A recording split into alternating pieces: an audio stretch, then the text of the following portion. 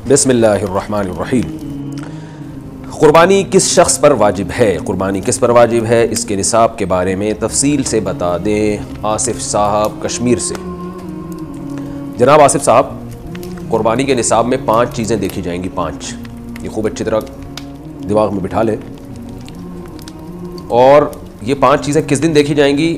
बकरा ईद की सुबह सादिक यानी 10 ज़िलहिज्जा की सुबह सादिक से लेकर 12 ज़िलहिज्जा के गुरूब आफ्ताब, यानी ये जो 3 दिन है ना क़ुरबानी के, 10, 11, 12, इन 3 दिनों में कोई शख्स साहिब निसाब हो तो उस पर क़ुरबानी वाजिब है। साहिब निसाब का मतलब क्या है? यहाँ पर क़ुरबानी पर खूब समझ लें। सोना हो किसी के पास, या चांदी हो, या माल तिजारत हो। तिजारती माल का मतलब वो चीज़ जो बेचने की नीयत से ख़रीदी हो। कोई प्रॉपर्टी है, बेचने के लिए ख़रीदी। दुकानदार का जो जितना सामान दुकान में पड़ा होता है सब बेचने के लिए ख़रीदा होता है। कोई कपड़ा आपने ख़रीदा था, ख़रीदते हुए बेचने की नीयत थी, तो ये तिजारती माल कहलाता है। चौथी चीज़ है नकद रकम, कैश, यानी जो भी आपके पास बैंक में या जेब में जो कैश अमाउंट पड़ा होता है। ये 4 चीज़ें हो गई। 5वीं चीज़ है ज़रूरत से ज़ायद सामान। ज़रूरत से ज़ायद सामान में बहुत तफसील है। आसान इसकी एक जो हम अगर ज़ब्त कर सकते हैं तो वो चीज़ जो पूरे साल भी इस्तेमाल ना होती हो। घरेलू चीज़ों में वो चीज़ें जो पूरे साल भी इस्तेमाल ना होती हों, जैसे कपड़े, कोई या बर्तन है, डिनर सेट है, पूरे साल इस्तेमाल नहीं आता। इसी तरह कोई प्रॉपर्टी पड़ी हुई है जो ना किराए पर दी है आपने और ना आप उसमें रहते हैं, वो प्रॉपर्टी भी ज़रूरत से ज़ायद में दाखिल है। तो ये जो 5 चीज़ें हैं, किसी के पास ये 5 चीज़ें, इनकी जो वैल्यू लगाई जाएगी तो इन 5 चीज़ों का मजमुआ अगर 52.5 तोला चांदी के बराबर है। 52.5 तोला चांदी आजकल 65-70 हज़ार के लगभग है, नेट पे सर्च कर लीजिएगा। तो किसी के पास ये 5 चीज़ें, या 5 में से 4 चीज़ें, या 4 में से 3 चीज़ें, या 3 में से 2 चीज़ें, या कोई एक चीज़ 52.5 तोला चांदी के बराबर है, और ये बकरीद की सुबह सादिक से लेकर ज़िलहिज्जा की 12 तारीख़ की गुरूब आफ्ताब से पहले तक रहती है उसके पास, तो ऐसे शख्स पर, यानी बकरीद की सुबह सादिक के वक्त उसके पास ये निसाब मौजूद था और ये 13 तारीख़ की ज़िलहिज्जा तक उसके पास ये निसाब मौजूद रहता है, तो वो साहिब निसाब कहलाएगा। 13 तारीख़ नहीं, सॉरी 12 तारीख़, 10, 11, 12, 3 दिन, तो वो साहिब निसाब कहलाएगा और उस पर क़ुरबानी वाजिब है। बशर्ते के ये जो 5 चीज़ें या 4 या 3 या 2 चीज़ें मैंने बताई हैं, इनमें से सबसे पहले कर्ज़ा माइनस किया जाएगा, यानी कर्ज़ा माइनस करके 52.5 तोला चांदी के बराबर बन रहा हो। इसी तरह गैस बिजली का बिल जो इनके ऊपर लाजिम है वो भी इसमें से, या जो महीने का राशन आएगा वो भी माइनस किया जाएगा। जो घर का ज़रूरी राशन होता है ना, वो भी माइनस किया जाएगा। माइनस करने के बाद अगर 52.5 तोला चांदी के बराबर रकम बच रही है तो ऐसे शख्स पर क़ुरबानी वाजिब है, चाहे मर्द हो चाहे औरत हो। तो औरत कैसे क़ुरबानी करेगी? सोना ख़वातीन के पास बहुत होता है, चांदी होती है। चांदी नहीं भी हो तो सोने के निसाब जो है उसके साथ अगर 1 रुपया भी है तो वो भी 52.5 तोला चांदी की कीमत देखी जाएगी उसमें भी। तो औरत कैसे क़ुरबानी करेगी? उसके पास तो कैश नहीं होते आमतौर पे, तो पूरे साल जमा करे, थोड़े थोड़े अपनी जेब खर्ची से बचाया करे, या सोना को बेच कर करे। अलबत्ता किसी के पास सिर्फ सोना ही है और यानी बाकी 4 चीज़ों में से कुछ भी नहीं है, 1 रुपया भी नहीं है, तो फिर 7.5 तोला सोना जब तक नहीं होगा क़ुरबानी वाजिब नहीं होगी। यानी सोने के साथ अगर चांदी है या पैसे हैं या तिजारती माल या ज़रूरत से ज़्यादा सामान है, फिर सोने की वैल्यू देखी जाएगी, सोने को नहीं देखा जाएगा। लेकिन अगर सिर्फ सोना ही है तो फिर 7.5 तोले सोने से कम पे ना ज़कात होती है ना क़ुरबानी होती है। तो ये है, तफसील से आपको बता दिया। तो आप चाहें तो उसमें एक गाय में हिस्सा ले लें, चाहें तो बकरा ले लें, चाहें तो दुम्बा ले लें। मर्द पर अलग वाजिब है, औरत पर अलग वाजिब है, जो भी साहिब निसाब होता है। अच्छा, ये सवाल पूछा है, क़ुरबानी वाजिब है या सुन्नत? क़ुरबानी वाजिब है या सुन्नत है? एक आलिम दीन ने कहा है कि वाजिब नहीं सुन्नत है। मोहम्मद जुनैद रियाज से इख्तलाफी मसला है। हनफिया के नज़दीक क़ुरबानी वाजिब और उसके दलाइल बहुत मजबूत हैं। हत्ता कि बाज़ अरब उलमा ने भी इसमें फ़िक़ह हनफी के कौल पर फतवा दिया है, यानी वो भी इसी को एहतियात करार देते हैं कि फ़िक़ह हनफी पर अमल किया जाए इस मसले में, क्योंकि ये जो हदीस है हज़रत अबू हुरैरा से मरवी है कि नबी सल्लल्लाहु अलैहि वसल्लम ने फरमाया, मन वजद सअतन लिअन युज़हिय फलम युज़हि फला यक़रबन्ना मुसल्लाना। जिस शख्स के पास गुंजाइश थी क़ुरबानी करने की और फिर भी वो उसने क़ुरबानी नहीं की तो वो हमारी ईदगाह के करीब भी ना फटके। बाज़ कहते हैं हदीस मौक़ूफ़ है, हज़रत अबू हुरैरा का कौल है। अगर हज़रत अबू हुरैरा का भी कौल है तो भी बहुक्म मरफ़ू ही है, तो लेकिन सही बात हदीस हसन है। और इसी बेस पर बाज़ अरब उलमा का भी ये फतवा, शेख सालेह अल उसैमीन जो सऊदी अरब के मशहूर आलिम हैं, उन्होंने भी इसी कौल को इख्तियार किया है कि एहतियात इसी में है कि इस मामले में वजूब के कौल पर अमल किया जाए जो साहिब इस्तिताअत लोग हैं। अच्छा भाई, क्या क़ुरबानी की अहादीस ज़ईफ़ हैं? एक आलिम का कहना है कि क़ुरबानी के फ़ज़ाइल से मुताल्लिक़ जितनी अहादीस हैं सब ज़ईफ़ हैं। क्या ये बात सही है? क़सीम अहमद इंडिया से। नहीं जी, ऐसी कोई बात नहीं है। क़ुरबानी से मुताल्लिक़ बहुत सही अहादीस भी मौजूद हैं। बुखारी और मुस्लिम की हदीस मौजूद है। आप सल्लल्लाहु अलैहि वसल्लम हर साल कुर्बानी किया करते थे और आपने फरमाया सुन्नत अबीकुम इब्राहीम, ये तुम्हारे वालिद इब्राहीम की सुन्नत है। यानी हज़रत इब्राहीम अलैहिस्सलाम की सुन्नत है। और सबसे बड़ी बात यह है कि अगर बिलफ़र्ज़ हदीसें ज़ईफ़ भी हों तो इजमाए उम्मत से बढ़कर कोई दलील नहीं है। पूरी उम्मत का इस पर हमेशा से तवातुर के साथ इजमा चला आ रहा है। कुर्बानी करने का सवाब, क्या कुर्बानी के जानवर के हर बाल के बदले में नेकी मिलती है? शम्स साहब इंडिया से। जी हाँ शम्स साहब, हदीस में आता है कि हर बाल के बदले में नेकी मिलती है। एक साहबी ने पूछा, या रसूलल्लाह, जो रुआं होता है, जो जैसे दुम्बे के बाल, दुम्बे पे तो रुआं होता है ना, तो आपने फरमाया उस पर भी क्या प्लॉट पर कुर्बानी है? अगर औरत के पास एक अदद खाली प्लॉट हो जिसकी कीमत 7.5 या 8 लाख रुपए हो तो क्या इस पर कुर्बानी वाजिब होगी? अबू मोहम्मद कराची से। जी हाँ, क्योंकि ये प्लॉट ना आपने रेंट पर दिया हुआ है ना आप इसमें रह रहे हैं, तो ये ज़रूरत से ज़ायद माल में दाखिल होगा और 6-7 लाख इसकी कीमत है, तो फिर तो लाजमी कुर्बानी वाजिब है। ज़रूरत से ज़ायद सामान का मतलब क्या है? ज़रूरत से ज़ायद सामान की तफसील बता दें। क्या इसमें सिले हुए और बग़ैर सिले हुए कपड़े भी शामिल होंगे? और एक से ज़ायद जूते की जोड़ियाँ हों तो भी शामिल होंगी? अली साहब कराची से। जनाब अली साहब, इसमें बहुत कुछ फ़ुक़हा ने लिखा है अपने दौर के उर्फ़ और अपने ज़माने के लिहाज से। बाज़ ने कहा कि 6 जोड़े से ज़ायद, 3 जोड़े गर्मियों के, 3 सर्दियों के, उससे ज़ायद जो कपड़े होंगे वो ज़रूरत से ज़ायद होंगे। बाज़ ने कहा 1 जोड़ा जूते का तो ठीक है, 1 से ज़्यादा ज़रूरत से ज़ायद है। लेकिन असल बात यह है कि जो चीज़ भी इस्तेमाल में आ रही है, आसान कौल यही है, तो उसको ज़रूरत ही में समझा जाएगा। आपके पास 2 जोड़े जूते के हैं लेकिन वो इस्तेमाल में आ रहे हैं, तो इसका मतलब वो ज़रूरत में दाखिल है। कपड़े अब पहले ज़माने की तरह नहीं है, कपड़े बार बार धुल रहे होते हैं, बार बार मैले हो रहे होते हैं। बाद लोगों की ज़रूरत 10 जोड़े होते हैं, बाज़ की ज़रूरत 5 जोड़े होते हैं। तो अगर कपड़ा इस्तेमाल में आ रहा है तो वो भी ज़रूरत में दाखिल है। अनसिला कपड़ा पड़ा हुआ है, वो इस्तेमाल में नहीं है, तो वो ज़रूरत में दाखिल नहीं है। या कोई कपड़ा पूरे साल ही इस्तेमाल नहीं होता तो वो भी ज़रूरत में दाखिल नहीं है। जैसे बाज़ ख़वातीन नानी दादी बन चुकी होती हैं मगर जहेज़ के कपड़े अभी तक उन्होंने, दुल्हन के कपड़े पेटियों में संभाल के रखे हुए होते हैं, तो उनकी भी वैल्यू लगाई जाएगी माज़रत के साथ। कुर्बानी के निसाब पर साल गुजरना क्या शर्त है? कुर्बानी की जो शराइत हैं इसमें साल गुजरना शर्त है या सिर्फ साहिब निसाब होने से कुर्बानी वाजिब हो जाती है? बिनते नूर मोहम्मद दुबई। नहीं जी, साहिब निसाब होना शर्त नहीं है। ज़िलहिज्जा की सुबह सादिक के वक्त किसी के पास पैसे आ गए तो बस उस पर कुर्बानी वाजिब हो गई, उस तफसील के मुताबिक जो मैं कुर्बानी के निसाब में बता चुका हूँ। क्या बीवी की कुर्बानी शौहर पर वाजिब है? मैं अकेला घर का कफ़ील हूँ, क्या मैं कुर्बानी करूँगा या अपनी बीवी की तरफ से भी कुर्बानी करूँगा जबकि बीवी हाउस वाइफ है? राव उमर फ़ारूक दुबई से। बीवी हाउस वाइफ ही अच्छी लगती है भाई। घर से बाहर अगर वो जॉब कर रही है तो घर फिर होटल ज़्यादा लगता है, वो घर कम बन जाता है, क्योंकि मियाँ बीवी दोनों जॉब से थके हारे रात को आ रहे होते हैं, तो बच्चों को कौन पालेगा और शौहर का इंतज़ार कौन करेगा घर में, वो भी थकी हुई, आप भी थके हुए। तो ये अजीब ही एक नेचुरल लाइफ नहीं है ये कि दोनों ही जॉब कर रहे हैं, लेकिन लोगों का पैसे कमाने का शौक़ है तो इसी में खुश हैं, तो चलो भाई खुश हैं इसी में। उसूल यही है कि बेगम वही होनी चाहिए जो हाउस वाइफ हो, घर को संभाले हो। मियाँ साहब घर से बाहर कमाने के लिए निकले। बहरहाल आपकी वाइफ के पास अगर सोना है, इतना सोना या चांदी या जो कुर्बानी का निसाब है जो मैं तफसील से बता चुका हूँ इसी सेशन में, तो अगर उन पर कुर्बानी वाजिब है तो उन पर वाजिब होगी। हाउस वाइफ होने या ना होने से कोई फ़र्क नहीं पड़ता। हर शख्स पर ज़कात भी अपने पैसों से वाजिब होती है, कुर्बानी भी, हज भी, ये सब चीज़ें। इबादत में कोई किसी दूसरे का ज़िम्मेदार नहीं होता, तो इसलिए उन पर कुर्बानी वाजिब है। अब वो अगर नहीं करती तो आप गुनहगार नहीं होंगे, तो आपकी वाइफ पर वाजिब है कि वो जेब खर्ची से या गोल्ड बेच के या किसी भी तरीके से हर महीने थोड़े थोड़े पैसे जमा करें ताकि उससे ज़कात भी अदा की जा सके और कुर्बानी भी की जा सके। लेकिन अगर वो ये नहीं करती तो आपको गुनाह नहीं होगा। लेकिन अगर आप उनकी तरफ से कर लें कि खाम खामे सोना बेचने की नौबत पेश आएगी या और प्लॉट उनके पास पड़ा है वो बेचने की नौबत पेश आएगी और आपको अल्लाह ने वसाइल दी हैं, तो आप बेगम की तरफ से उनकी इजाज़त से कुर्बानी कर लिया करें, आपको भी सवाब मिलेगा, उनकी भी कुर्बानी अदा हो जाएगी और आपस में एक आपकी वाइफ के दिल में आपकी कदर भी बैठेगी कि माशाल्लाह कितना अच्छा मियाँ मिला हुआ है मुझे। और गोश्त घर में ही आना है, मिलजुल के ही खाना है, तो क्या जा रहा है इसमें, कर लेगा। कुर्बानी के जानवर की उम्र कितनी हो? अगर कुर्बानी का जानवर 2 साल से कम हो तो क्या इसकी कुर्बानी हो जाएगी? आसिफ साहब कश्मीर से। बकरा दुम्बा, बकरा जो है ना, बकरी या बकरा, ये कम से कम 1 साल का होना ज़रूरी है, चाहे दांत निकले हो या ना निकले हो। दांतों से नहीं होता कि 2 दांत है 4 दांत है, असल है कि 1 साल हो। 2 दांत 1 साल के यानी तकरीबन 12 महीने में निकालता है 2 दांत, सुना है हमने बकरे वालों से।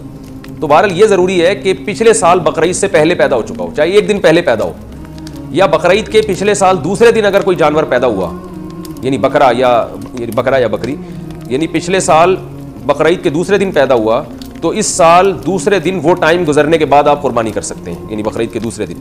अगर वो पिछले साल बकरीद के तीसरे दिन असर में पैदा हुआ, एक मिसाल से बात समझा रहा हूँ, तो इस साल आप बकरीद के तीसरे दिन असर का टाइम गुजरने के बाद कुर्बानी कर सकते हैं, क्योंकि पूरा 1 साल का हो जाएगा। तो इस्लामी लिहाज से बकरा या बकरी 1 साल का हो जाए, दुम्बा या दुम्बी का भी उसूल यही है कि 1 साल का हो जाए तो कुर्बानी उसकी जायज़ है, इससे कम में जायज़ नहीं है, चाहे दांत निकले हो या नहीं निकले हो।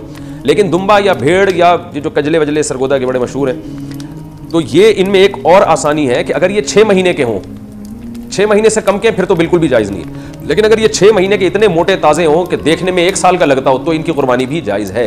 यानी दुम्बा और भेड़ में ये है कि 6 महीने का भी अगर है और मोटा ताज़ा है और देखने में साल भर का लग रहा है तो उसकी भी कुर्बानी कर सकते हैं। और बाकी बैल, बछड़ा, गाय वगैरह, भैंस वगैरह, इसमें कम से कम 2 साल का होना ज़रूरी है।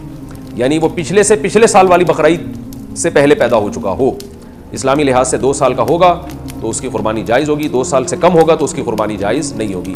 तो दांत वहाँ से एक अलामत होते हैं, असल जानवर की उम्र होती है। बाज़ जानवर खीरे होते हैं मगर 2 साल मुकम्मल कर चुके होते हैं, फिर उनकी कुर्बानी जायज़ होगी।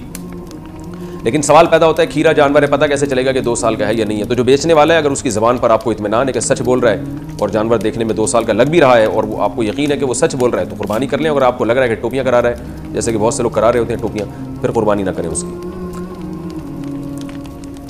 एक आदमी कितनी कुर्बानियाँ कर सकता है? क्या कुर्बानी करने की कोई हद है कि एक शख्स कितने जानवरों की कुर्बानी कर सकता है? हिदायतुल्लाह कश्मीर से।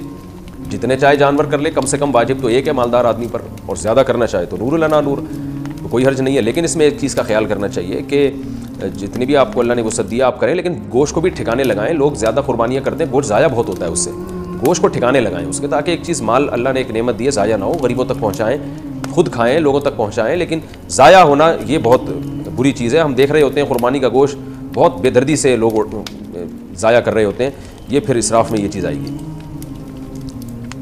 कुर्बानी का जानवर कितने दिन पहले लाएं? कुर्बानी के जानवर को ईद से कितने दिन पहले लाना अफजल है? नीज़ क्या जानवरों को नहलाना और उससे खेलना जायज़ है? बिनते तालिब कराची से। जितने दिन चाहे पहले लेकर आएँ उतना सवाब है, क्योंकि ये जानवर अल्लाह के नाम पे कटने वाला है। जितना इसको खिलाएंगे तो ये सब अजर में इंशाल्लाह लिखा जाएगा। तो जितने दिन पहले अफोर्ड कर सकते हैं आप ला सकते हैं। आपका खर्चा होगा उसमें, ज़ाहिर है 10 दिन पहले लाएंगे तो खर्चा ज़्यादा होगा, 20 दिन लाएंगे तो और ज़्यादा खर्चा होगा, तो ये सब सवाब में लिखा जाएगा, कोई हर्ज नहीं है। जितने दिन चाहे पहले लेकर आएँ ज़्यादा सवाब है। और एक जानवर से लगाव और मोहब्बत भी हो जाती है, तो उससे फिर कुर्बानी में जो कुर्बानी का जज्बा, यानी उस जानवर को कुर्बान करना भी मुश्किल होता है, तो इसमें भी सवाब ज़्यादा है कि अल्लाह के लिए एक वाकई कुर्बानी हो जाती है, यानी उसमें अपनी ख्वाहिश को भी कुर्बान किया जा रहा होता है। तो बाकी ये कि सफाई का ख्याल करें। लोग जानवरों को गलियों में लाके बांध लेते हैं, लेकिन वो गोबर पड़ा हुआ होता है, पेशाब कर रहे हैं, कोई सफाई का एहतमाम ही नहीं है। तो सफाई निस्फ ईमान है। नबी सल्लल्लाहु अलैहि वसल्लम ने फरमाया कि ईमान का सबसे आखिरी दर्जा ये है कि रास्ते में तकलीफ दे चीज़ को ना फेंका जाए, सॉरी तकलीफ दे चीज़ को उठा लिया जाए। तो तकलीफ दे चीज़ अगर पड़ी हुई है और आप उसको नहीं उठाते तो ईमान के आखिरी दर्जे पे भी नहीं है। तो आप सोचें वो शख्स कैसे मोमिन होगा जो रास्ते में तकलीफ दे चीज़ों को फेंके बाकायदा। तो ये जो जानवर गोबर फेंक रहे हैं और आप गंदगी का जरिया बन रहे हैं और आप उठा नहीं रहे, सफाई का इंतजाम नहीं है, तो ये तो ईमान का आखिरी दर्जे से भी गए। तो कुर्बानी का जानवर जितने दिन चाहे पहले लाएं उतना सवाब है, लेकिन गलियों में और जगहों जगहों पे गंदगी से बचने का एहतमाम करें, उसकी सफाई सुथराई का एहतमाम बहुत ज़्यादा होना चाहिए। अच्छा भाई, अच्छा जानवरों को नहलाना और इससे खेलना, हाँ जायज़ है, जानवर को नहलाएं भी खेलें भी। शहरी लोगों ने तो बेचारों ने जानवर देखा ही बकरीद के मौके पर होता है, वरना वो इंसानों से ही खेलते रहते हैं सारा साल, तो थोड़ा सा इंजॉय करने दें। लेकिन ऐसे कि जानवर को तकलीफ देना ये ठीक नहीं है। कुर्बानी के लिए सबसे अफजल जानवर कौन सा है? कुर्बानी के लिए बकरा, दुम्बा, गाय और ऊँट में से सबसे अफजल कुर्बानी किसकी है? और इनके अलावा किसी और जानवर की कुर्बानी की जा सकती है या नहीं? बिनते तालिब कराची से। सब अफजल है, कोई ख़ास दलील हमारे पास नहीं है कि फ़लाँ जानवर ज़्यादा अफजल है, फ़लाँ कम अफजल है। जो मौका मिले आपको, जिसका गोश्त आप शौक़ से खाते हैं वो वाला जानवर ज़बह करना अफजल है, क्योंकि ताकि गोश्त ज़ाया ना हो। और ईद के दिन जो अल्लाह की तरफ से ज़ियाफ़त है, मेहमानी का, मेज़बानी का, जो अल्लाह मेज़बान बने हुए हैं, और तभी ईद के दिन रोज़ा रखना हराम है कि अल्लाह की तरफ से एक मेहमानी हो रही है, एक खिलाया जा रहा है, तो वही गोश्त, वही जानवर कुर्बान करें जिसका गोश्त आप ज़्यादा शौक़ से खा सकते हो, ये ज़्यादा अफजल है। एक आदमी पे बड़े गोश्त पे पाबंदी है और वो बछड़ा ला के ज़बह कर रहा है, तो बेचारा वो तो खा ही नहीं सकता ना, तो उसके लिए अफजल है कि वो बकरा करे। कोयटा के हमारे जो पठान दोस्त हैं वो दुम्बे शौक़ से फोड़ते हैं, क्योंकि वहाँ का मौसम खुश्क मौसम है, उसमें दुम्बे में चर्बी में बड़ी लज्जत है, तो उनके लिए दुम्बा फोड़ना, यानी दुम्बा फोड़ने से मुराद दुम्बा ज़बह करके उसको फोड़ना, ये ज़्यादा अफजल है। और इधर पंजाब में बकरे खाए जाते हैं तो बकरा कर लें, क्योंकि खाना तो खुद ही है, अल्लाह की तरफ से ज़ियाफ़त है। तो ऐसी चीज़ ज़बह करनी चाहिए जो हम ईद को सेलिब्रेट भी कर सकें, उसको खा भी सकें। भैंस की कुर्बानी का हुक्म हदीस पाक में कुर्बानी। अच्छा, इन्होंने एक और सवाल भी पूछा था कि कौन कौन से जानवरों की कुर्बानी की जा सकती है? 4 जानवर हैं, गाय है और बकरी है, दुम्बा और ऊँट, बस भैंस भी उसी में दाखिल है। अगला सवाल है भैंस की कुर्बानी का हुक्म। हदीस पाक में कुर्बानी के लिए कौन से जानवरों का जिक्र आया? कुछ लोग कहते हैं कि भैंस की कुर्बानी नहीं करनी चाहिए, क्योंकि हदीस में इसका जिक्र नहीं। इस बारे में रहनुमाई फरमाए मोहम्मद रफ़ीक गिलगित से भैंस का अगर से हदीस में सराहतन जिक्र नहीं है, लेकिन पूरी उम्मत का, तमाम फुक़हा का इस पर इजमा है कि भैंस बहुक्म गाय ही है कुर्बानी के मामले में। तो भैंस का हुक्म वही है जो गाय और बैल का हुक्म है। तो भैंसे की कुर्बानी भी जायज़ है बिला कराहत, और भैंस की कुर्बानी भी बिला कराहत जायज़ है। ये इजमाए उम्मत से साबित है। इजमाए उम्मत बज़ात खुद एक मुस्तकिल दलील है। एक ही जानवर में कुर्बानी और अकीका कर सकते हैं क्या? एक ही जानवर में कुर्बानी और बच्चे का अकीका कर सकते हैं? सैफ अंसारी इंडिया से। जी बिल्कुल कर सकते हैं, इसके नाजायज़ होने की कोई दलील नहीं, क्योंकि दोनों में इबादत की नीयत है। एक ही जानवर बतौर कुर्बत के ज़बा हो रहा है, यानी बतौर इबादत के ज़बा हो रहा है। फुक़हा ने लिखा है कि अगर एक आदमी सिर्फ गोश्त की नीयत करता है, कुर्बानी की नीयत नहीं करता, और दूसरा उसी गाय में कुर्बानी की नीयत करता है, फिर किसी की भी कुर्बानी नहीं होगी, क्योंकि जानवर पर जब छुरी चलेगी तो वो उसमें फ़र्क नहीं हो सकता कि ये बतौर इबादत कट रहा है या गोश्त के लिए कट रहा है। तो वो तो एक ही दफ़ा छुरी चलेगी, तो वो पूरा जानवर लिल्लाह होना चाहिए, बतौर इबादत के कटना चाहिए। तो अकीका भी एक इबादत है। तो इसलिए कोई अगर अकीके का हिस्सा डालता है या उसी गाय में दूसरा हिस्सा बकरीद का डाल लेता है तो भी जायज़ है, फिर इसमें कोई हरज नहीं है। तो खुलासा ये निकला कि एक ही गाय में आप अपने बच्चों का अकीका भी कर सकते हैं और उसी में कुर्बानी के हिस्से भी डाल सकते हैं आप। मरहूम वालिद की तरफ से कुर्बानी करना। मेरे वालिद साहब का इंतकाल हो चुका है, क्या मैं अब इनकी तरफ से कुर्बानी कर सकता हूँ? एजाज़ अहमद ख़ान कश्मीर से। जी बिल्कुल कर सकते हैं। रसूलुल्लाह सल्लल्लाहु अलैहि वसल्लम ने 2 दुम्बे ज़बा किए थे, एक अपनी तरफ से, एक उम्मत की तरफ से। इससे पता चलता है कुर्बानी दूसरे की तरफ से भी हो सकती है। तो आप एक अपनी तरफ से कर लें, अब्बा की तरफ से कर लें। जो अब्बा की तरफ से होगी वो भी होगी आप ही की तरफ से, आप ही उसी गोश्त के मालिक होंगे। वो 2 कुर्बानी हो जाएंगी आपकी। तो एक में यूँ होगा कि सवाब इसका अब्बा को पहुँचे। कुर्बानी का जानवर क्या तोल कर खरीद सकते हैं? क्या धोखे से बचने के लिए कुर्बानी का जानवर तोल कर ख़रीदा जा सकता है? ज़ियाउद्दीन कश्मीर से। जी बिल्कुल ख़रीदा जा सकता है, लेकिन धोखा तो तोल में भी हो सकता है उसमें हवा भरी हुई हो। खैर, आमदन हराम हो तो कुर्बानी कैसे करें? जिसकी रोज़ी हराम हो वो किस तरह कुर्बानी करेगा? फजलुर रहमान एबट अब्बास से। वो तोबा करके हलाल कमाए और फिर हलाल पैसों से कुर्बानी करे। हराम पैसों से कुर्बानी जायज़ नहीं है। ये जो बाज़ लोग हीला बताते हैं कि हलाल कर्जा लेके कुर्बानी करके फिर हराम से वो कर्जा अदा कर दे, ये हीला ठीक नहीं है। तो कुर्बानी हलाल पैसों ही से करनी पड़ेगी और उसके लिए आप पूरे साल जमा करें। यकम ज़िलहिज्जा के बाद नाखून और बाल काटना। ज़िलहिज्जा के पहले 10 दिनों में बाल और नाखून ना काटने की शरई हैसियत क्या है? क्या यह सिर्फ कुर्बानी करने वालों के लिए है या सब मुसलमानों के लिए है? नीज़ अगर किसी की हजामत ज़्यादा बिगड़ी हुई हो, क्या वो इन दिनों में बाल बनवा सकता है? रहीम दाद 4 सद्दा से। ज़िलहिज्जे का चांद नज़र आ जाए तो हदीस में आता है कि वो शख्स जिसने कुर्बानी करनी है, कुर्बानी का इरादा है जिसका, हर आदमी के लिए नहीं है, जिसने कुर्बानी करनी है, जिसका इरादा है, ज़ाहिर है मालदार का इरादा होता है। और अगर गरीब का इरादा बन गया है, वाजिब तो नहीं है गरीब पर, लेकिन वो इरादा कर लेता है, तो उसके लिए भी मुस्तहब हुक्म यह है कि वो नाखून और बाल ना काटे, यानी चांद नजर आने से पहले पहले काट ले और फिर इन 10 दिनों में ना काटे। और वो जब काटे जब जानवर के गले पे छुरी चल जाए। ये अफजल अमल है, बेहतर अमल है, लाजिम नहीं है। और ये अफजल भी उस सूरत में है कि बाज़ दफ़ा ये होता है कि 40 दिन होने वाले हैं और नाखून बाल आपने कहीं काटे नहीं है, तो फिर 40 दिन की मुद्दत से ज़्यादा तो फिर ये नाजायज़ हो जाएगा। तो फिर ऐसी सूरत में बहरहाल आपको काटने पड़ेंगे। यानी बहुत ज़्यादा अगर नाखून बाल बढ़ गए हैं और 40 दिन की मुद्दत पूरी होने वाली है तो फिर आपके लिए काटना उन बालों को वाजिब है। कुर्बानी अपने वतन में हो तो बाल वगैरह किस हिसाब से काटेंगे? बेटा लंदन में रहता है और कुर्बानी कराची में होती है, क्या वो अपने बाल वगैरह कराची के हिसाब से कुर्बानी के बाद काटेगा? नुज़हत साहिबा कराची से। जी हाँ, क्योंकि हदीस में आता है कि जो बाल या नाखून ना काटे जाएं, जो कि अफजल अमल है, वाजिब नहीं है, तो वो उस सूरत में है जब जानवर के गले पे छुरी चल जाए तो फिर काट सकता है। तो जब कराची में उसने कुर्बानी की और यहाँ जानवर कट गया तो वो लंदन में हो या अमेरिका में हो बाल काट सकता है। कुर्बानी की इबादत का आगाज़ कब हुआ? क्या कुर्बानी हज़रत इब्राहीम अलैहिस्सलाम के ज़माने से शुरू हुई है? इससे पहले भी होती थी? नहीं जी, हज़रत इब्राहीम अलैहिस्सलाम से पहले जो नबी थे वो किस चीज़ की कुर्बानी करते थे? उस्मान गुजरांवाला से। कुरान से इशारा मिलता है कि कुर्बानी हज़रत इब्राहीम अलैहिस्सलाम से पहले भी होती थी, मगर इस शक्ल में नहीं थी, वो दूसरी शक्ल में थी। इज़ क़र्रबा क़ुरबानन फ़तुक़ुब्बिला मिन अहदिहिमा वलम युतक़ब्बल मिनल आख़र। काबिल और हाबिल ने कुर्बानी पेश की थी, काबिल की कबूल हो गई, हाबिल की कबूल हो गई, काबिल की रद्द हो गई। तो उससे भी मुतबादिर यही होता है कि उन्होंने जानवर ज़बह करके अल्लाह के यहाँ पेश किया था, लेकिन कोई सही यकीनी मुस्तनद बात नहीं है इस बारे में। अलबत्ता इब्राहीम अलैहिस्सलाम से प्रॉपर इस सुन्नत का आगाज़ हुआ है। उनको बेटे ज़बह करने के लिए लिटाया गया और फिर उन्होंने अल्लाह के हुक्म को पूरा किया और अल्लाह ने बेटे के बजाय एक जानवर दे दिया उनको। तो हम जो कुर्बानी की सुन्नत को पूरा करते हैं वो इब्राहीम अलैहिस्सलाम की सुन्नत को ताज़ा करने के लिए, उनकी सुन्नत को ज़िंदा करने के लिए। तो हमारी वाली कुर्बानी हज़रत इब्राहीम से ही शुरू हुई है। अलबत्ता कुर्बानी इस यानी जानवर अल्लाह के लिए ज़बह करने का फ़लसफ़ा हमें कुरान और सुन्नत से इशारा मिलता है कि वो पहले से भी था। वो नाबालिग साहिब निसाब हो तो क्या कुर्बानी वाजिब होगी? अगर नाबालिग बच्चा या बच्ची साहिब निसाब हो तो क्या इस पर कुर्बानी फ़र्ज़ होगी या नहीं? मोहम्मद जाफ़र अली, नहीं फ़र्ज़ होगी, इसलिए कि इबादात जो है वो बालिग लोगों पर फ़र्ज़ होते हैं, नाबालिग पर ना ज़कात फ़र्ज़ है और ना कुर्बानी, अगरचे वो मालदार ही क्यों ना हो। कर्ज़दार पर कुर्बानी का हुक्म। एक आदमी साहिब निसाब है मगर इसने लोगों का कर्ज़ भी देना है, क्या इस पर कुर्बानी वाजिब होगी? मोहम्मद उसामा चुनियोट से। देखें, अगर वो साहिब निसाब है, जो मैं इस सेशन के शुरू में पूरा एक कुर्बानी का निसाब बता चुका हूँ, उस पर एक क्लिप भी है, आप देख सकते हैं। तो अगर साहिब निसाब है तो उसमें कर्ज माइनस करके देखा जाएगा कि साहिब निसाब है या नहीं। मिसाल के तौर पर एक आदमी के पास 1 लाख कैश रुपए पड़े हुए हैं, तो वो तो साहिब निसाब है, क्योंकि 52.5 तोला चांदी 65-70 हज़ार तक की आ रही है आजकल। तो 1 लाख जिसके पास है वो साहिब निसाब है, लेकिन 50,000 उस पर कर्जा भी है, तो 1 लाख में से 50,000 माइनस करेंगे तो बचेगा 50,000, तो 50,000 पे कुर्बानी वाजिब नहीं है। तो कर्जा माइनस करके भी अगर वो साहिब निसाब है तो उस पर कुर्बानी वाजिब है, कर्जा माइनस करके साहिब निसाब नहीं हो रहा तो उस पर कुर्बानी वाजिब नहीं है। महंगे मोबाइल पर क्या कुर्बानी वाजिब है? मोबाइल फ़ोन की कीमत 70,000 रुपये है, क्या इसके मालिक पर कुर्बानी वाजिब है? नुअमान रंगून से बर्मा म्यांमार। मोबाइल चाहे 1 करोड़ रुपए का हो, अगर वो इस्तेमाल में है तो वो ज़रूरत से ज़ायद में उसका शुमार नहीं होगा। ज़रूरत से ज़ायद की एक सादा डेफिनेशन है कि जो चीज़ें इस्तेमाल में नहीं है, तो अगर वो इस्तेमाल में है तो फिर उस पर कुर्बानी वाजिब नहीं है। और अगर हमें डब्बा पैक रखा हुआ है, इस्तेमाल में है ही नहीं और पूरा साल इसी तरह गुजर जाता है, इस्तेमाल में ही नहीं आता, तो फिर उस पर कुर्बानी वाजिब है।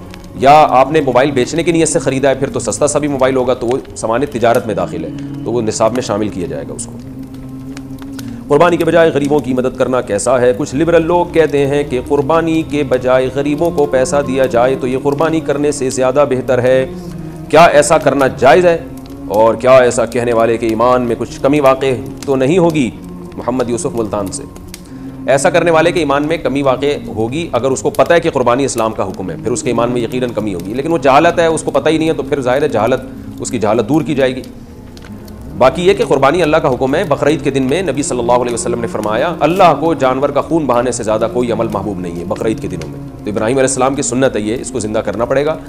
गरीबों की मदद करने से कुर्बानी का हुक्म पूरा नहीं होता, लेकिन ये 10, 11, 12 3 दिन है कुर्बानी। तीसरा दिन गुजरने के बाद फिर जानवर ज़बह करना कोई इबादत नहीं है, सुन्नत नहीं है। फिर बेहतर ये, अगर किसी ने कुर्बानी नहीं की, तो जानवर ज़बह नहीं किया, अब वो क़ज़ा करना चाहता है 3 दिन गुजरने के बाद, तो फिर क़ज़ा में बेहतर है कि वो सदका कर दे, जानवर की कीमत किसी गरीब को दे दे, वो ज़्यादा सवाब है। लेकिन इन 3 दिनों में जानवर ज़बह करने ही से कुर्बानी की सुन्नत पूरी होगी। जैसे हज फ़र्ज़ है, हज के पैसे गरीबों को देने से फ़र्ज़ हज अदा नहीं होगा। इसी तरह नमाज फ़र्ज़ है, गरीबों की मदद करने से नमाज साक़ित नहीं होगी।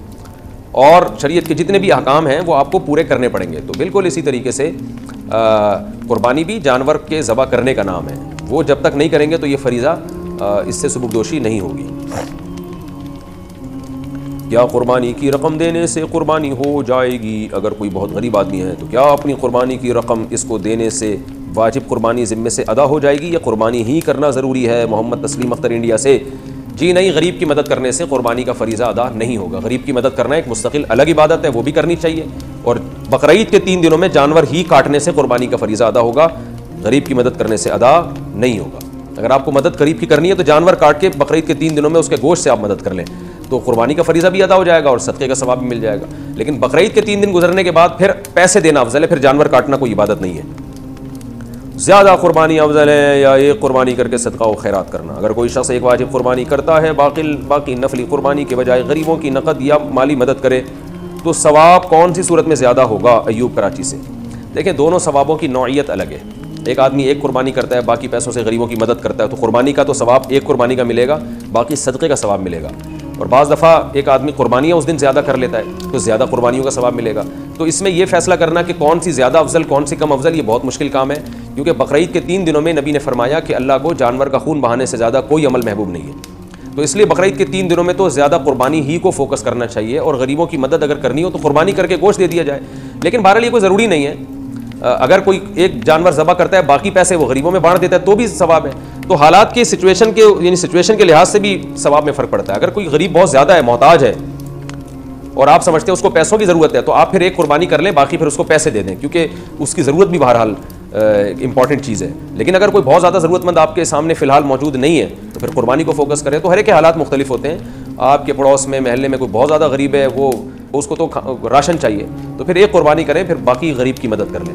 और लेकिन कोई ऐसा शदीद ज़रूरतमंद नहीं है तो फिर कुर्बानी को फोकस करें। तो ये हर आदमी खुद फैसला करेगा कि उसने एक कुर्बानी के बाद ज़्यादा फिर कुर्बानी ही करनी है या गरीबों की मदद बाकी पैसों से करनी है। अलबत्ता एक हिस्सा कुर्बानी का बहरहाल करना है ताकि उस दिन कुर्बानी का सवाब मिल सके और कुर्बानी की सुन्नत पूरी हो सके। कुर्बानी ना करने की क्या वईद है? अगर साहिब निसाब कुर्बानी ना करे तो इसके लिए क्या हुक्म है? इब्राहिम हाइल जी, सख्त हुक्म है। रसूलुल्लाह सल्लल्लाहु अलैहि वसल्लम ने फरमाया, मन वजद सअतन लिअन यज़ही फलम यज़ही फला यक़रबन्न मुसल्लाना। मन वजद सअतन, जो गुंजाइश पाए कुर्बानी की फिर भी कुर्बानी ना करे वो हमारी ईदगाह में ना आए। तो ये बड़ी शदीद वईद है। फिर एक बहुत फजीलत वाले अमल से महबूब हो जाएगा, जैसे कि नबी ने फरमाया कि बकरीद के 3 दिनों में जानवर का खून बहाने से ज़्यादा अल्लाह को कोई अमल महबूब नहीं है। तो इतने महबूब अमल जो आपको पूरे साल मौका नहीं मिलेगा, फिर इसका आप इससे महरूम हो जाएंगे। इब्राहीम अलैहिस्सलाम की सुन्नत ज़िंदा करने से महरूम।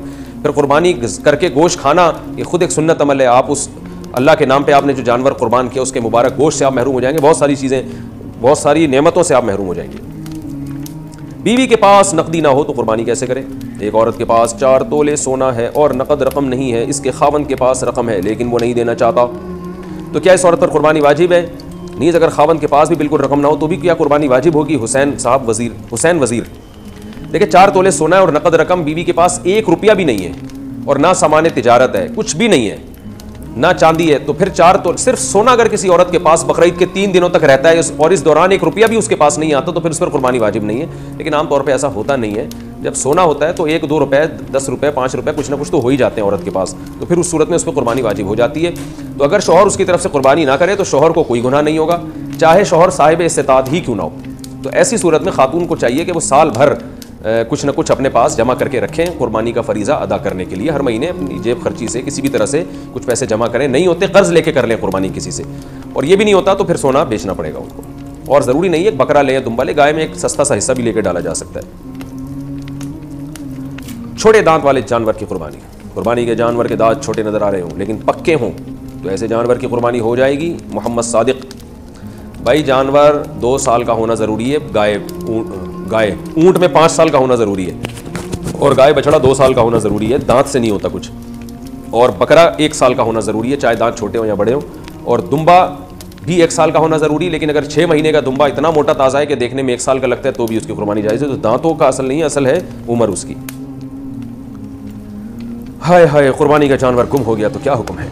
अगर कुर्बानी का जानवर गुम हो जाए या चोरी हो जाए या वो जानवर, तो दोबारा वो जानवर, क्या लिखा हुआ पता नहीं, एक में तो दोबारा जानवर खरीदना चाहिए या नहीं? और अगर गुमशुदा जानवर इससे पहले मिल जाए या बाद में तो इसका क्या करना चाहिए? मोहम्मद तैयब बन्नू से। मालदार आदमी पर कुर्बानी बहरहाल वाजिब है। अगर उसका जानवर गुम गया तो अगर वो बकरीद के 3 दिनों में मिल जाता है तो काट ले, उसको नहीं मिलता तो फिर दूसरा जानवर खरीद के ज़बह करे। और ये पहले वाला जानवर अगर दोबारा मिल गया उसको तो ये जो है वो उसकी कुर्बानी का वाजिब बहरहाल अदा हो गया है, अब इसके जो चाहे करे इसके साथ। और गरीब आदमी का जानवर अगर गुम गया तो उस पर कुर्बानी साकित है। अगर जानवर मिला ही नहीं, लेकिन अगर जानवर मिल गया तो बकरीद के दिनों के अंदर मिल गया तो काट दे। बकरीद के बाद अगर मिला है तो फिर ये जानवर, क्योंकि इसने जब जानवर ख़रीदा था तो ये मुतय्यन हो गया था जानवर, तो फिर ये जानवर यानी बकरीद के 3 दिनों के बाद कुर्बानी नहीं होती है, जहन में रखें। फिर उस जानवर को सदका किया जाता है, चाहे तो काट के गोश्त सदका कर दें या पूरा जानवर ही उठा के सदका कर दें। 2 लोग गाय में 7 हिस्से कैसे लें? 2 आदमियों ने कुर्बानी की, एक के 2 हिस्से हैं, दूसरे के 5 हिस्से हैं, क्या इस तरह कुर्बानी ठीक हो गई? अब्दुल हफीज़ आवान मानसहरा से। जी हाँ, ठीक हो जाएगी। यानी एक आदमी 2 हिस्से ले ले, 5 हिस्से ले ले, लेकिन ये इतने तकल्लुफ़ की ज़रूरत नहीं है। ऐसा भी हो सकता है कि 2 आदमियों में आधी गाय एक ले ले, आधी गाय दूसरी ले ले, ये भी ठीक है। हमारे यहाँ 7 हिस्से करने को ज़रूरी समझा जाता है। 7 हिस्से करना ज़रूरी नहीं है। 7 का मतलब होता है कि 7 से ज़्यादा हिस्से नहीं हो सकते। अब 3 आदमियों ने अगर गाय ली है तो वो सीधा सीधा यूँ कर ले कि 1/3 गाय एक की, 1/3 एक की, 1/3 एक की, यानी 3 बराबर हिस्सों में गाय कर लें। वो 4 आदमी गाय ले रहे हैं तो 4 बराबर हिस्सों में कर लें, 5 ले रहे हैं तो 5 बराबर हिस्सों में डिवाइड कर लें, 6 ले रहे हैं तो 6 बराबर हिस्सों में डिवाइड कर लें, 7 ले रहे हैं तो 7 बराबर हिस्सों में। यानी हर सूरत में 7 हिस्से पूरे करना ज़रूरी नहीं है। 7 से ज़्यादा आदमी एक गाय में शरीक नहीं हो सकते। कर्ज लेके कुर्बानी करना, साहिब निसाब आदमी जो हर साल कुर्बानी करता था, पैसे की तंगी की वजह से कुर्बानी ना कर सके तो क्या ये जायज़ होगा या फिर कर्ज लेकर कुर्बानी करना ज़रूरी होगा? मोहम्मद तस्लीम अख्तर इंडिया से। अगर वो साहिब निसाब है तो उस पर कुर्बानी वाजिब है, कर्ज लेके करे या किसी तरह भी करे। और अगर साहिब निसाब नहीं है तो कुर्बानी वाजिब नहीं है, लेकिन कर्ज लेके भी कुर्बानी की जा सकती है, बशर्ते कि आपको कर्ज अदा करने का यकीन हो कि मैं अदा कर सकता हूँ। मरहूमीन की तरफ से कुर्बानी का तरीका, मरहूम की तरफ से कुर्बानी का हिस्सा डालने के बारे में तरीका और तफसील बता दें। इमरान इंडिया से। कोई तरीका नहीं है, यही तरीका है कि अल्लाह ये कुर्बानी मेरे फ़लाँ मरहूम की तरफ से है। क्या मतलब, कुर्बानी तो आपकी तरफ से है लेकिन उसका सवाब फ़लाँ मरहूम को पहुँचे। एक मरहूम या होल सेल के हिसाब से बहुत सारे मरहूमीन तक नियत कर लें, सब ठीक है। नबी सल्लल्लाहु अलैहि वसल्लम ने एक दुम्बा अपनी तरफ से और एक पूरी उम्मत की तरफ से किया, तो एक मरहूम की तरफ से भी कर सकते हैं, ज़्यादा की तरफ से भी कर सकते हैं, होगी वो आप ही की तरफ से, सवाब मरहूम को पहुँचेगा, बस दिल में नियत काफ़ी है। फासिक व फाजिर से कौन सी मुशाबहत मनाए? क्या कुर्बानी की रकम किसी अस्पताल या रफ़ाई इदारे में दे सकते हैं? अजीब बात है, उन्वान कुछ और लगा, सवाल कुछ और है। उन्वान ये होना चाहिए, कुर्बानी की रकम किसी हस्पताल या रिफाही इदारे में देना। क्या कुर्बानी की रकम किसी अस्पताल या रिफाही इदारे में दे सकते हैं? इस बारे में क्या हुक्म है? नहीं दे सकते। कुर्बानी की रकम से कुर्बानी ही करनी पड़ेगी। हाँ, अगर कोई रिफाही इदारा कुर्बानी ही में लगा रहा है उसको, फिर तो ठीक है। सदका खैरात में कुर्बानी की रकम इस्तेमाल करने से कुर्बानी का फरीज़ा अदा नहीं होगा। और आपको अगर किसी ने कुर्बानी के लिए रकम दी है तो जानवर ही कुर्बान करना पड़ेगा उससे, और अपनी कुर्बानी भी जब तक नहीं होगी जब तक जानवर ही कुर्बान ना करेंगे आप। इज्तिमाई कुर्बानी में एक नीयत ठीक ना हो सबकी कुर्बानी ज़ाया हो जाएगी। इज्तिमाई कुर्बानी में ये जो कहा जाता है अगर एक की नीयत भी ठीक ना हो तो सबकी कुर्बानी ख़राब हो जाएगी, क्या ये बात सही है? और नीयत ख़राब होने का क्या मतलब है? बिनते मोहम्मद आज़म हाशमी मंडी बहाउद्दीन, अगर एक की नीयत भी गोश्त खाने की है, जानवर काटने की नीयत, एक जानवर में 7 आदमी शरीक हैं और एक की नीयत है कि मैं कुर्बानी नहीं कर रहा, मैं तो गोश्त खाने के लिए ले रहा हूँ हिस्सा, तो 7 की कुर्बानी ज़ाया हो जाएगी।